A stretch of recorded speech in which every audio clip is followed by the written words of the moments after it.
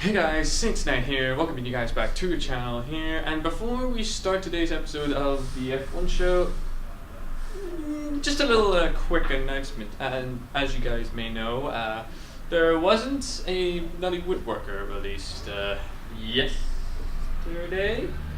Yeah, yesterday.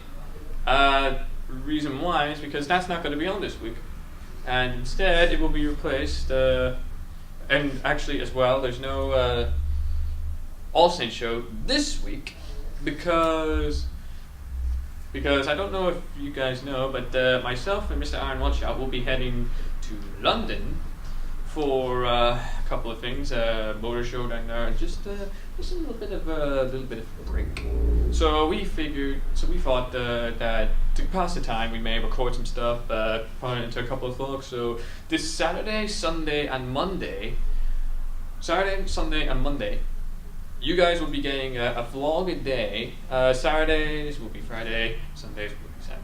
You know how vlogs work. So instead of the announcement is that there's no Nutty Woodworker, no AllSaints show, but that's because we are getting you're getting vlogs instead, which is a nice little change of pace because it's a little bit of a break from the routine, but that's a good thing, right? I mean, a little bit of a break in the routine is a really good thing if done in moderation, and I believe London will actually be fun, and I think this would be something that you guys would want to see. So stay tuned for if you want to see these London vlogs. Click the subscribe button, click the bell icon, and stay tuned. But anyways, on to the F1 show. And today's F1 show is about the latest is an overview again over the latest Grand Prix, the Spanish Grand Prix. Now, the Spanish Grand Prix, again, much like the rest of the season, has been a very, very interesting race. Why? I mean, it's personally one of my favorite races. I don't know if you could maybe spot the bias. As we'll dive into, you could probably see the bias a little bit more. But it was a really fantastic race, and you know what? Today we're actually going to dive in, talk about it, and I'll actually give you a little bit of a rundown, and then a final quick impressions of what I think of the Spanish Grand Prix. But anyways, without further ado, ladies and gentlemen, if you do want to keep seeing the F1 show on the channel, you know what to do. Don't forget to smash the thumbs up button. So let's dive straight in.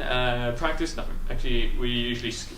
If you haven't watched the F1 show, you would know that we don't really talk about the practice session that much. I mean, there wasn't really that much. Practice isn't really the most interesting part. The most interesting part, mainly, start with qualifying, and that's where we will start. So if you could take, I'm going to bring up the little chart here. There it is. That is the complete rundown, the starting grid. That's the starting grid as it's going to be on. Actually, that's the starting line that it was going to be on the track for when it started. And as you can see, to the surprise of no one, the AMG is driven by Lewis Hamilton and Valtteri Bottas. Both took pole and second on the grid, with a time of 1:16.1 for Hamilton there, and 1:16.2 for Valtteri Bottas.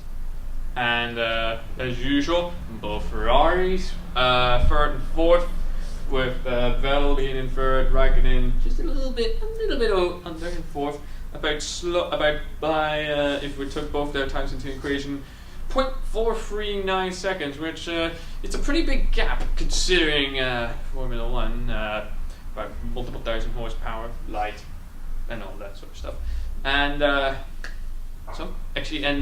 really good thing for myself, both Red Bulls actually qualified. Then it's a line of Red Bulls, 5th and 6th place for the Red Bulls, and actually Max Verstappen, thankfully, is actually in 5th place, and Ricciardo finished the qualifying in 6th by about 0.645 seconds. So overall, pretty good session for Red Bull. I mean, it showed that Red Bull actually have learned from their mistakes at Azerbaijan and Bahrain. They've learned from their mistakes, and it looks like they've learned from their mistakes, and it looks like that finally this race could be the race that finally shows that Red Bull are on the competitive side, that they can actually be a team that can be a challenge for Ferrari and AMG. But qualifying is one thing. You can qualify a fast time, then you can do shit on the actual race itself. So you're probably asking, how was the race then? Well, the race was a particularly interesting one. Let's get the chart up. The race was a particularly interesting one. The reason why? Simply because this is a unique way of the start was probably the most interesting start of this season so far. The reason why? We got a safety car in the first lap. Oh yes, boys. Remember last week when I said, I think it was, do you know if the actually I wonder if the safety car will actually ever appear on an F1 again, or is it just going to be a case of Azerbaijan Grand Prix, and since it's like we won't be able to see it until Monaco? Hi, because we had well, here's the interesting thing. I mean, after the first corner, Romain Grosjean, actually the hash driven by Romain Grosjean, actually starts to slide, spin, which then causes a collision, which causes him. Well, he could have gotten out of that, except if it wasn't for a particular Renault driver, as you can see down here, Nico Hülkenberg, who just came crashing into him and ended up taking him out, as well as Romain Grosjean. Also, unfortunately, those two weren't the only casualties of the race. As you can see down here, it wasn't the only two casualties from that little accident, because you see, Pierre Gasly, I think that's how you pronounce his name. If I'm wrong, please correct me in the comments down below. But Gasly, he then crashed into. Actually, he then also crashed, trying to avoid Hülkenberg and Grosjean, but inevitably got put out of the race. And actually, as well as you could and surprisingly, a big surprise actually was that Kimi Räikkönen, Vettel's partner in Ferrari, he did not really do so well. I mean, he was his car had some problems electronically and stuff in the previous races, but here I think this is where it cuts the mustard, because you see he got put out on the 25th lap after his engine lost power and lost drive, so that means he couldn't drive, which means he was like, nope, I'm done, get out, I'm walking home.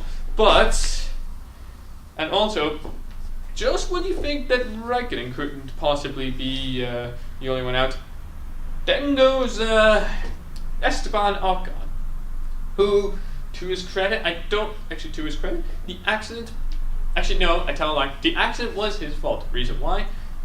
Well, he was involved in a bit of a tiff with Max Verstappen, and everyone knows if you try and go after Max Verstappen, you probably won't survive unscathed. Just ask Lewis Hamilton. But Ocon did cause Verstappen to lose the end plate of Verstappen's front splitter. More on him later, but it didn't really do much for Verstappen. He just kept on going. Whereas Ocon, when he was coming back around to do another lap, he actually ran into his end plate there, and actually caused a bit of a power loss inside the car, which then meant that he too was out of the race. Also, as well, to the surprise of absolutely no one, the McLarens have had an engine problem. Yep, but it's not Alonso. This time it's Stoffel van Dorn, who actually had a power loss after several laps toward near the end. I think it was like in the 50s that he had an engine loss, but yeah, that was a bit unfortunate for him. So, but there could only be one winner and about 3 people on the podium, but there could only be one winner, and that winner was, of course, Lewis Hamilton in the AMG, having back-to-back victories. 3 victories in a row for him. I know, I can admit when I'm wrong. Congratulations, Lewis. I mean, you've got 3 victories in a row. Let's see if you could actually put it up to 4 in Monaco. I don't know. We'll see in Monaco, Lewis. But his teammate, actually, surprisingly enough, after the crushing disappointment in Azerbaijan, Valtteri Bottas actually finished the race. Not only did he finish it, but he actually joins his teammate Lewis on the podium at 2nd place. And the best news ever of the day, my boy Max Verstappen finished in 3rd after the end plate, which everyone thought, just because this front splitter got hit, so he must be losing power now.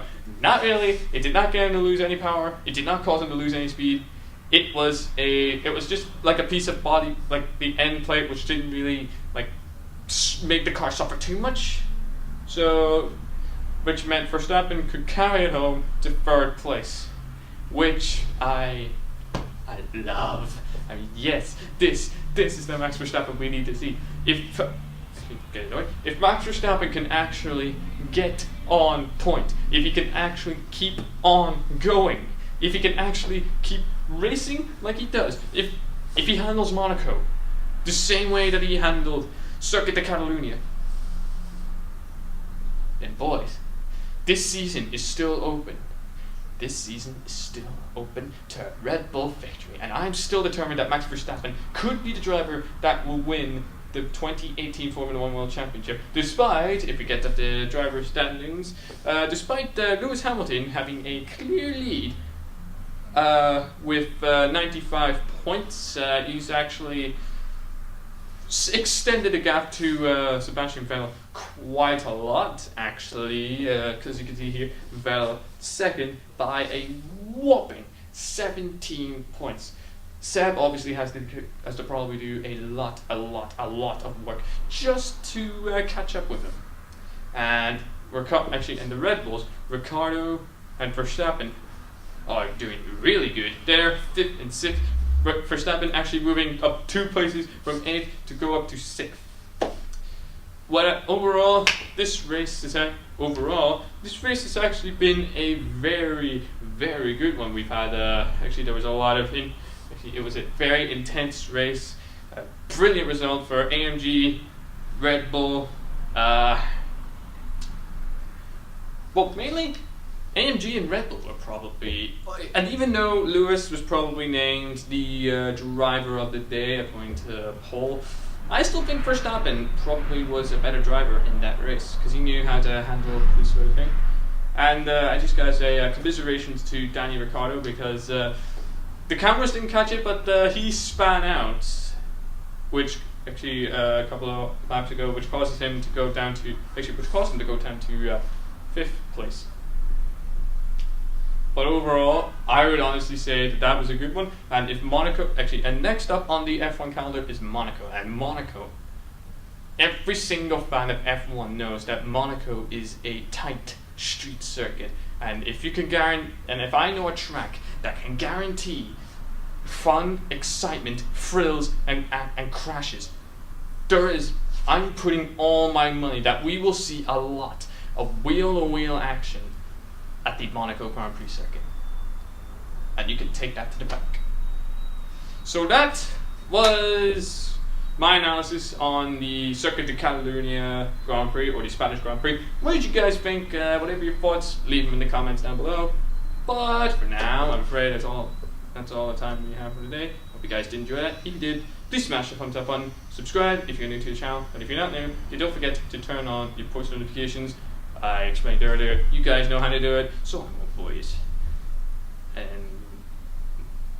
And apart from that, guys, we'll see you in the next video. So until then, guys, as always, peace.